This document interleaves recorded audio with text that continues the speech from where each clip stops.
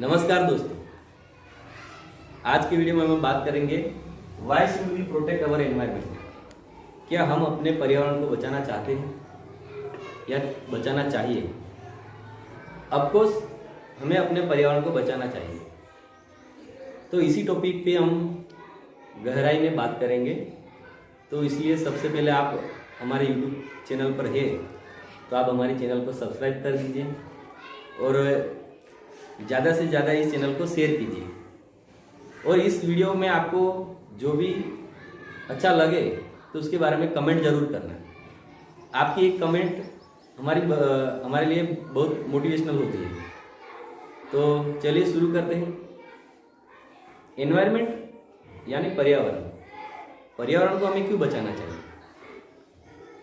हम काफ़ी समय से ये न्यूज़ में देखते हैं कि पोल्यूशन बढ़ रहा है, एयर खराब हो गई है और कई सारी बीमारियां हमारे सामने आने लगी है। तो इसके पीछे सी वजह क्या है? तो इसके पीछे की वजह है एनवायरनमेंट। एनवायरनमेंट अब पहले जैसा नहीं रहा। तो एनवायरनमेंट को हमें क्यों बचाना चाहिए? एनवायरनमेंट किस तरह से खराब हो रहा है? तो सबसे पहले हम जानेंगे कि एनवायरनमेंट को खराब करने का काम हम इंसान ने ही किया है। तो उसके लिए सबसे पहला जो रीज़न है डिफॉरेस्टेशन। डिफॉरेस्टेशन यानी जो जंगल है बड़े बड़े, उसमें जो बड़े बड़े वृक्ष है उसको काटा जा रहा है। अब ये जंगल धीरे धीरे एक साल में काट दिए, इतने सब साल में आप देखोगे कि अपने आसपास जो भी बड़े वृक्ष थे वो कट चुके होंगे। तो आप सोच सकते हैं कि पूरे हिंदुस्तान में, पूरे इंडिया में नहीं यानी पूरी दुनिया में इस तरह के कई बड़े जंगल को काट दिया गया है। तो ये जो डिफॉरेस्टेशन है उसका मतलब क्या होता है? तो इसका सीधी और सरल भाषा में एक ही मतलब होता है, यानी कि कोई एक बड़ा जंगल, उनमें से जो बड़े बड़े वृक्ष उसको काटना। उसके काटने से क्या होता है? जो डिफॉरेस्टेशन होता है उसके जो बड़े बड़े झाड़ काट लेते हैं, तो काटने के बाद वहाँ जो जगह बचती है उस जगह का अन्य हेतु के लिए उपयोग करना। तो डिफॉरेस्टेशन के लिए हो जाने के बाद वो जो ज़मीन खाली हो जाती है उस ज़मीन का इंसान अपने निजी एवं कंपनी या कोई इंसान वो अपने लिए उपयोग करता है। तो डिफॉरेस्टेशन होने से क्या होता है? तो डिफॉरेस्टेशन एक तो इंसान अपने लिए करता है या नेचुरल तरीके से होता है। तो कुदरती जो आफत है यानी कौन कौन सी, यानी जो जंगल में आग लग जाती है तब जो डिफॉरेस्टेशन यानी कि जब जो झाड़ पौधे वगैरह होता है वो क्या होता है? जल जाते हैं, तो उसका विनाश हो जाता है। और दूसरा क्या है, कब होता है डिफॉरेस्टेशन? जब बारिश कम होती है।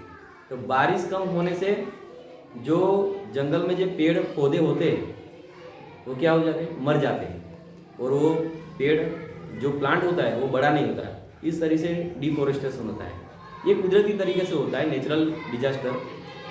लेकिन जो इंसान डिफॉरेस्टेशन करता है यानी कि जो बड़े बड़े पेड़ काट देते हैं, इसके लिए इंसान ही जवाबदार है।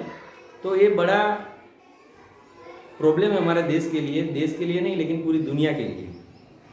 एनवायरनमेंट में इस तरह से अगर डिफॉरेस्टेशन बड़ी घटना नहीं है तो क्या है?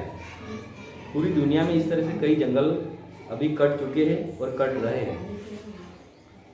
तो डिफॉरेस्टेशन करके इंसान क्या करता है? तो डिफॉरेस्टेशन हो जाने के बाद वो जो ज़मीन बचती है उसका इंसान अपने खेती के लिए उपयोग करता है, या तो फिर बड़े बड़े इंडस्ट्री यानी कि जो फैक्ट्रीज वगैरह हैं उन लोगों को ये ज़मीन लीज पे दी जाती है। तो दूसरा, तो एक फर्नीचर बनाने के लिए भी झाड़ काटे जाते हैं।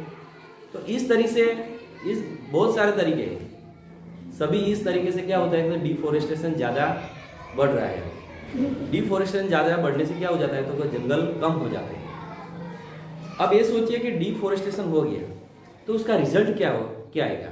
आपने सोचा है कभी? डिफॉरेस्टेशन होने से रिजल्ट क्या आएगा? जंगल अगर इतने सारे कट जाएंगे तो उसका कुछ तो परिणाम आएगा ना। तो सबसे पहला असर क्या पड़ेगा? तो सबसे पहला असर पड़ेगा डिफॉरेस्टेशन होने से हमारा जो एनवायरनमेंट है उस पर सबसे पहला असर पड़ेगा। एनवायरनमेंट यानी हमारा जो एवरेज टेम्परेचर है, आप सोचते होंगे कि जब अप्रैल या मई महीने में इतनी ज़्यादा गर्मी होती है, तो इतनी ज़्यादा गर्मी क्यों होती है? तो डिफॉरेस्टेशन बढ़ रहा है। डिफॉरेस्टेशन की वजह से जो ग्लोबल वार्मिंग का इफेक्ट शुरू हुआ है अभी। ग्लोबल वार्मिंग क्या होता है अभी ग्लोबल वार्मिंग को हमें समझना चाहिए। ग्लोबल वार्मिंग एक विश्व की सबसे बड़ी चुनौती है हम इंसानों के लिए। ग्लोबल वार्मिंग किस तरह से होती है? डिफॉरेस्टेशन हो जाते हैं, तो डिफॉरेस्टेशन में सभी बड़े बड़े झाड़ काट लिए जाते हैं। आप सबको पता है कि झाड़ को अपने श्वास के लिए कौन सा वायु चाहिए? Carbon dioxide. जितने झाड़ कम बचेंगे तो वातावरण में क्या होगा? कार्बन डाइऑक्साइड बढ़ जाएगा। कार्बन डाइऑक्साइड बढ़ जाएगा तो कार्बन डाइऑक्साइड क्या करता है? जो पृथ्वी के जो अल्ट्रावायलेट रेस है, जो रिफ्लेक्शन हुए उन सभी को शोषण कर देते हैं, उसका शोषित कर लेता है उस रेस को। तो जितना कार्बन डाइऑक्साइड वायु का लेवल बढ़ेगा, यानी कि जितने पेड़ हम काट डालेंगे, जितने पेड़ कटेंगे, यानी कि उतना कार्बन डाइऑक्साइड वायु बढ़ जाएगा। उनकी मात्रा में बढ़ावा होना है। अगर CO2 इंक्रीज होएगा तो धीरे धीरे CO2 इंक्रीज होता रहेगा, तो धीरे धीरे जो गर्मी है पूरी पृथ्वी की, अर्थ की, वो भी बढ़ेगी। यानी कि ग्लोबल वार्मिंग क्या है? सीधी तरह से अगर ग्लोबल वार्मिंग सीधा ये डिफॉरेस्टेशन के साथ जुड़ा हुआ एक बड़ा मुद्दा है। डिफॉरेस्टेशन होने के साथ साथ CO2 बढ़ जाएगी। CO2 बढ़ जाएगा तो जो हमारा टेम्परेचर है वो बढ़ जाएगा। यानी कि ग्लोबल वार्मिंग धीरे धीरे इसकी जो समस्या है धीरे धीरे साल दर साल बढ़ती जा रही है। तो हम इंसानों और पृथ्वी यानी कि जो भी सजीव है, यानी वृक्ष है, यानी जो छोटा मोटा सब जो सजीव है, हम सबके लिए खतरा है। तो इसके लिए क्या करना चाहिए? तो उसके लिए हमें सिंपल सा फॉर्मूला है, हमें पेड़ लगाना चाहिए। लेकिन डिफॉरेस्टेशन के क्या एक ग्लोबल वार्मिंग ही बढ़ता है, एक टेम्परेचर ही बढ़ता है? नहीं, उसके चलते क्या होता है? तो जितने पेड़ आप काट डालोगे तो जो जमीन की ऊपरी सतह होती है, जो सेंद्रीय कार्बनिक घटकों का विघटन होता है और वहाँ पे हम खेती करते हैं, तो वृक्ष कटने से उस जमीन का उपला हिस्सा जो होता है, जैवावरण का उपला जो स्तर, वो धीरे धीरे वो बिगड़ जाता है। और वो जो जमीन का हिस्सा होता है वो धीरे धीरे जमीन में से डिजर्टिफिकेशन की तरफ चलता है। यानी कि जो हमारी फलद्रुप जमीन है वो अब खेती लायक नहीं बचेगी, वो अब किस में कन्वर्ट हो जाएगी? रण में कन्वर्ट हो जाएगी। यानी कि आप देखते हैं कि पेड़ कट गया तो जो उनकी जो उसके जो रूट होते हैं पेड़, वो क्या काम करते हैं? तो जमीन के अंदर से जो जल होता है उसको ऊपर खींचने का काम करता है। यानी कि तीसरी बड़ी इफेक्ट क्या होती है? तो जो जल संग्रह क्षमता, यानी कि जो भूमि में जो जल है उसका संग्रह करना इंसान के लिए अब प्रॉब्लम वाली बात है। क्यों?